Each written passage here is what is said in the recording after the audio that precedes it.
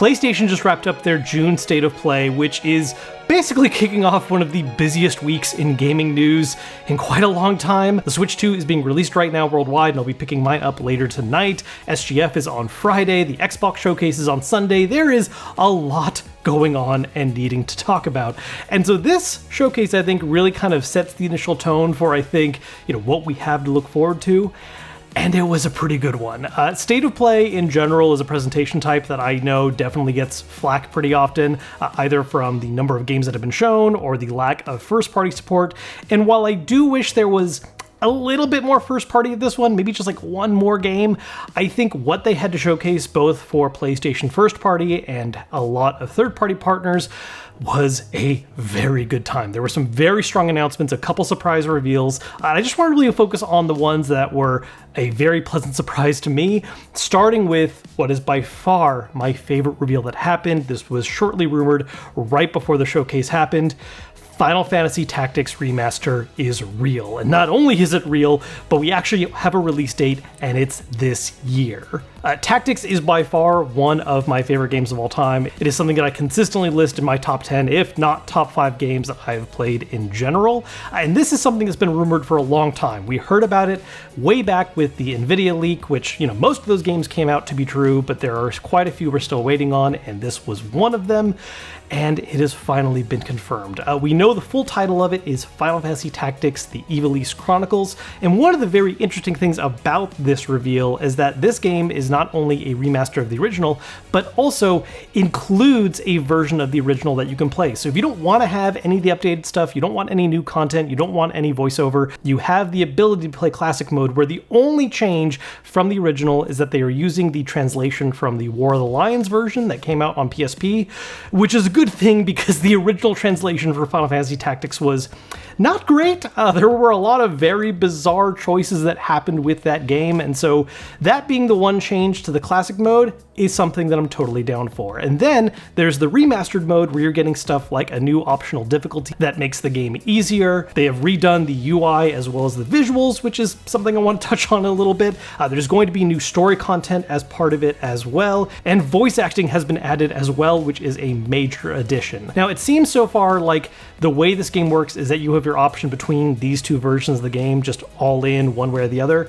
And one thing I do hope is that maybe we get the option to pick and choose certain specific aspects, only because one aspect of the remaster version that I'm not really feeling is that they have opted for going for that pixel smoothing look, which is not something I've ever really loved. If I had the option to do the classic visuals with all the remaster updates, that is definitely the way that I want to play right off the bat, because even in the trailers owned side by side between the two, seeing them in action, I'm just like, yes, the original classic visual just looks better to me.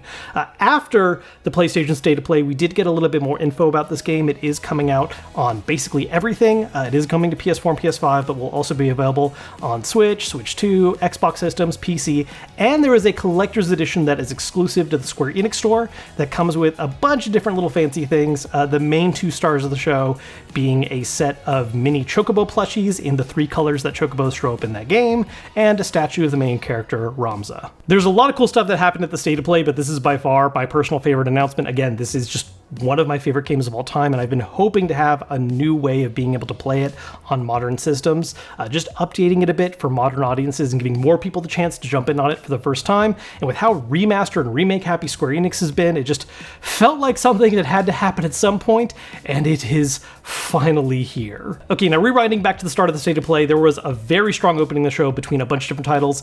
We got the reveal of a brand new Luminous, which is coming from the same dev that made Tetris Effect, which was very obvious by the style of trailer that we saw. It just had that vibe, the music choice, the visuals. Honestly, outstanding looking game. Honestly, Luminous is a series that I have not had a lot of direct hands-on with, but I know a few people that very much love it.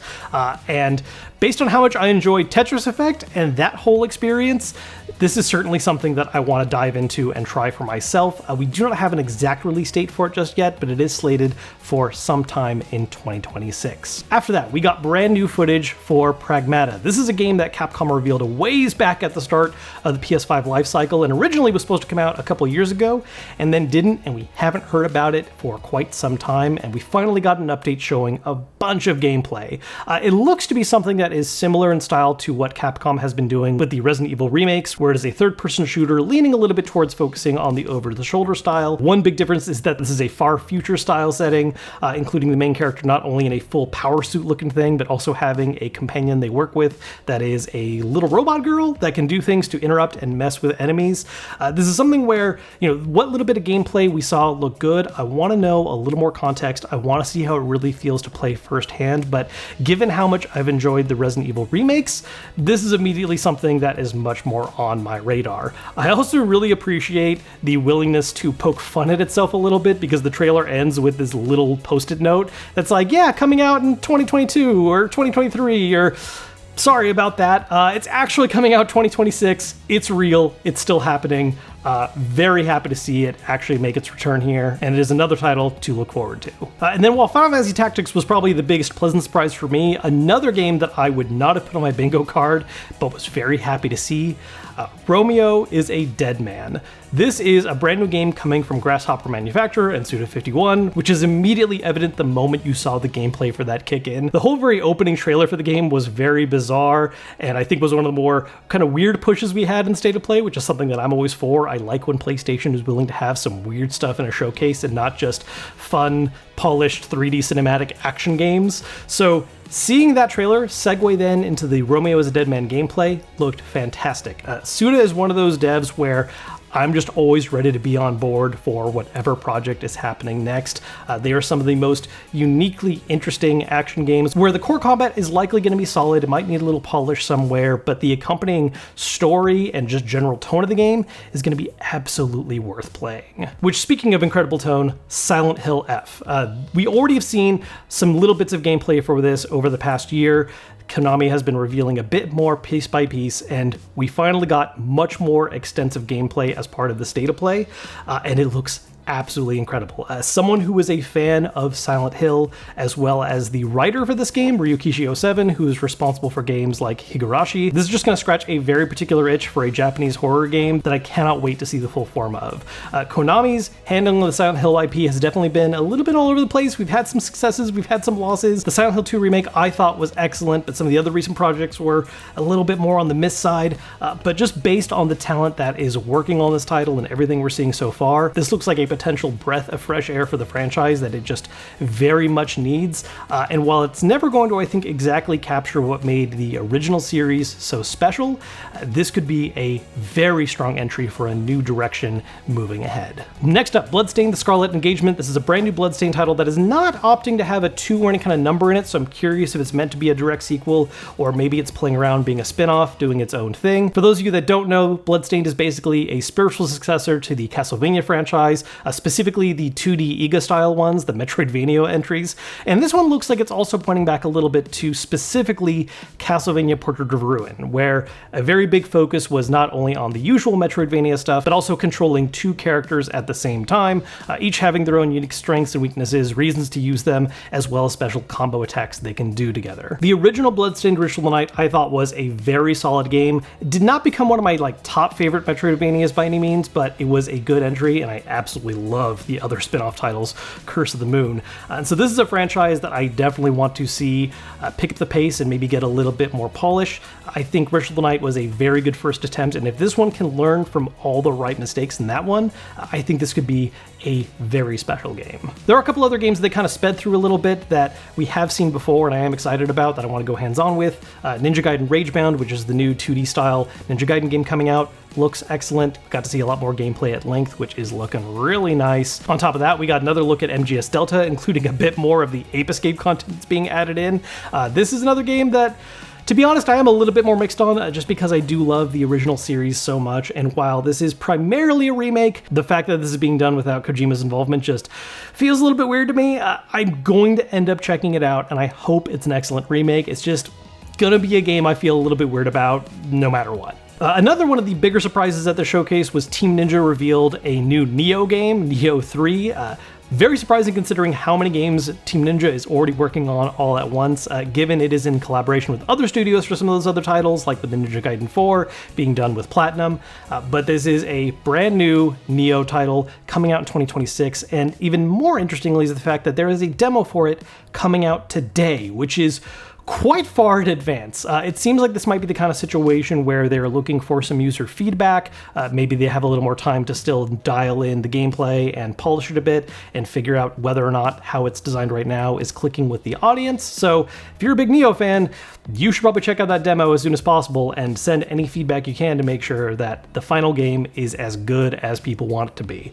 Personally, Nioh is a franchise that I didn't really fall in love with. I'm a bit more of a fan of Team Ninja's older stuff with Ninja Gaiden, but I know a lot of people that love Nioh, and I hope this ends up being another great one for fans of it. I think one of the weirdest announcements out of the State of Play was a game called Sea Remnants, primarily because we didn't learn a whole lot from the trailer. It's very interesting looking. It has this almost Sea of Thieves vibe, but with marionette puppet style looking characters. There's a lot of fancy elements mixed in. There's a lot going on here that has my interest, but as far as I can tell, at least during the State of Play, we didn't get any information on who's developing this. It is a title slated for 2026. I'm not even sure entirely what the full scope and style of gameplay this game wants to focus on. It just had a lot going on all at once, but it was visually very interesting. And as someone who absolutely loves Journey, not from the same devs, but certainly something that looks to be channeling a lot of the same energy. We have seen this game before, but got to see a much longer look as part of the State of Play. Sword of the Sea continues to look amazing. And then one last thing I want to highlight before getting into some first-party PlayStation stuff,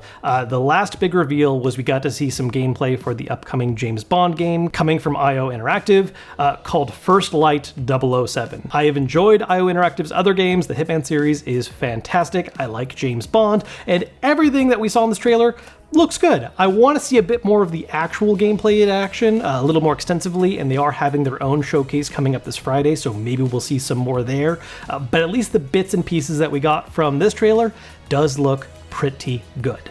Now again, everything I've talked about so far, third party. Lots of third-party support happening at the State of Play, but thankfully PlayStation did show up with some of their own stuff. First off, we got a surprise new accessory reveal with their first-party fight stick, which is currently just known as Project Defiant. It looks very pretty and is a wireless stick design used with PS5. We don't have a lot more information outside of that, other than the fact that it is also going for a classic stick approach. It is not a leverless, it's not all buttons. You got the stick and the 8-button inputs. Certainly something I want to get my hands on and try firsthand, because the fight stick market is a pretty competitive one, and it's going to be very interesting to see PlayStation having their own first-party option for it. We also got an update on PlayStation Plus titles, where in particular with the classics, they announced a bunch of things, including the PS2 version of Deus Ex of all games coming to the PlayStation Classics catalog, Twisted Metal 3 and 4, Myst and Riven, which is fantastic, and then one where I let myself have a little bit of false hope for a moment was they did this little teaser lead-in saying, hey, we're also getting a pair of classic Capcom games that were very popular in the PS1, and my very stupid JRPG brain immediately jumped to thinking we were finally getting Breath of Fire 3 and 4 on modern systems. That is not what happened. Instead, we got the reveal of Resident Evil, which is great. Those are fantastic games. To be honest, I'm actually a little surprised those are just now coming to PlayStation Classics, but great that those are coming to the catalog, and I'm just gonna keep on waiting for Breath of Fire to someday maybe actually happen. We also got a little bit of Astrobot news where, similar to past announcements, we are getting 5 more challenge worlds added to the game along with new Astrobot designs. The only one they confirmed with Atsu, while saying that the other ones being added are going to be a surprise. I continue to wait and hope that we get a little Square Enix representation in some form at some point, because so many of those games were so formative during the PS1 and PS2 years of PlayStation, and not having any callbacks just yet is a little bit of a headache. I realize it's probably not something that's on Sony's end. It's probably something to do with communication just between them and Square Enix, but I want to see that added because there's so many wonderful franchises that Astrobot celebrates, and that is the biggest gap right now. Then when it comes to first-party games, we got 2 announcements. One was just another very brief look at Ghost of Yotei, which ended up being one of those always lovely announcements. of an announcement. We didn't learn anything new about Yote as part of this trailer, but they did announce that there will be a deep dive showcase of the game happening sometime in July, so we are going to see a lot more of it in action eventually, just not today at the State of Play. And then the big closing surprise reveal certainly was not on my bingo card for this at all. We are getting a brand new Marvel fighter that is published by PlayStation and developed by ArcSys, which is very wild, especially considering that this is a tag fighter, upping the total team size to 4v4. And look, there's no beating around it. As far as having a classic established fighting game franchise, Marvel has been something that Capcom has worked with for a long time. Marvel vs. Capcom is a huge franchise for those that grew up playing fighting games, and we are now getting a brand new tag fighter that is not from Capcom at all, but ArcSys instead, which ArcSys makes great stuff. I'm excited to see what they do with this, and everything based on the gameplay that we saw in today's trailer looks phenomenal. I think one of the things that really stood out to me is that I love how they were able to have their own approach on character designs. These aren't just like safe general versions of each character that fit kind of a nice one-size-fits-all, here's how they usually look across different things. No, they went for very stylized, specific renditions of these characters to fit this game's vibe and style, and I am all about it. My personal favorite definitely has to be their take on Iron Man, where he has this almost like tokusatsu Kamen Rider look to him. It's just something I immediately ate up, and is I think one of the things that really just sells the style of this game right off the bat. When it comes to the first-party PlayStation stuff, I do wish we got a little bit more information about Yote. It was nice getting an update on Astrobot, and I wish we just had one more game, just something else first-party to highlight. But a brand new Marvel fighter is certainly a very strong closing for the show in my mind. That's just a big IP to work with, and while fighting games are a more specific genre, this one's looking really cool, and it's probably going to be the type of one that could be a great gateway for people that just love the IP and want a new game to play.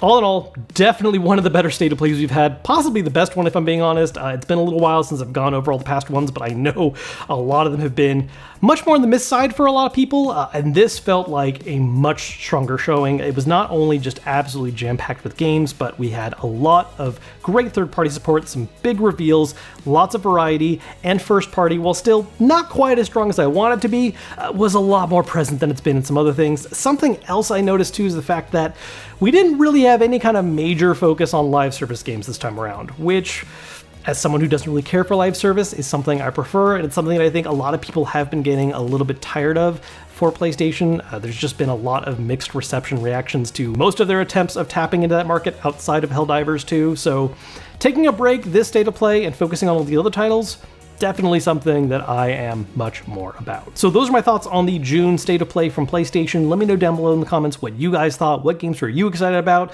Was there nothing that grabbed your attention? I have to wonder if nothing did. What even do you like at this point? Just let me know down below. If you enjoyed the video, hit the thumbs up button to let me know. Subscribe if you haven't yet, and I will see you all very soon with a lot more content, especially for the Switch 2.